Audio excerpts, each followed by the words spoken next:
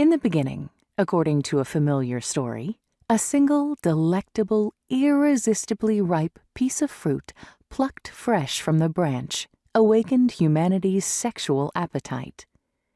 Scholars may debate whether the fruit was an apple or a fig or an apricot or a pomegranate, but who doubts that biting into a fruit's taut, sun-warmed sweet flesh could make Adam's and Eve's juices flow?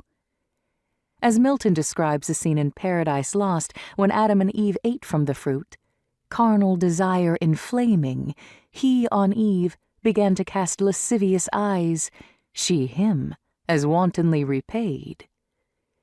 Adam and Eve progress from eating the fruit of temptation to burning in lust in a few short lines.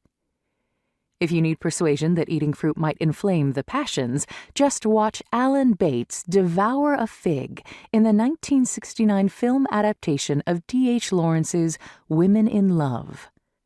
At a summer picnic table in the verdant English countryside, the handsome, dark-haired, dark-eyed Bates grabs a purple fig from the fruit bowl, pushes his thumbs into its ripe center until it splits open, and presses his mouth directly to the red flesh inside.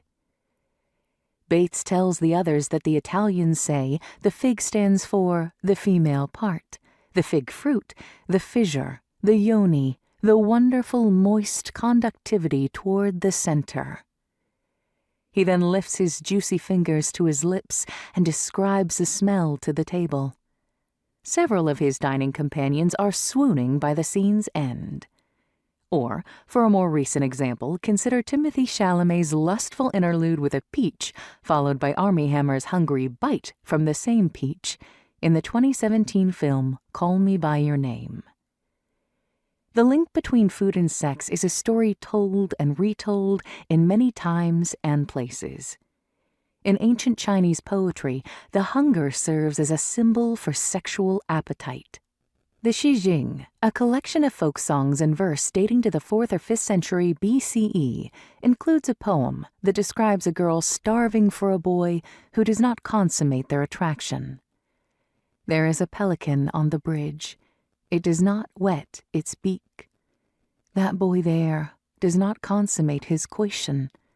Oh dense, oh lush, the morning rainbow on South Mountain. Oh pretty, oh lovely. This young girl is starving. The 4th century BCE Chinese philosopher Gaozi said, "Appetite for food and sex is nature." But the anthropologist Judith Farquhar, who studies modern China, challenges Gaozi, arguing that appetites for food and sex are far from natural, in the sense of being ineluctable, everywhere the same, or determined outside of human history. Food and sex may have an inherent comradeship, but their comradeship takes different forms across historical contexts.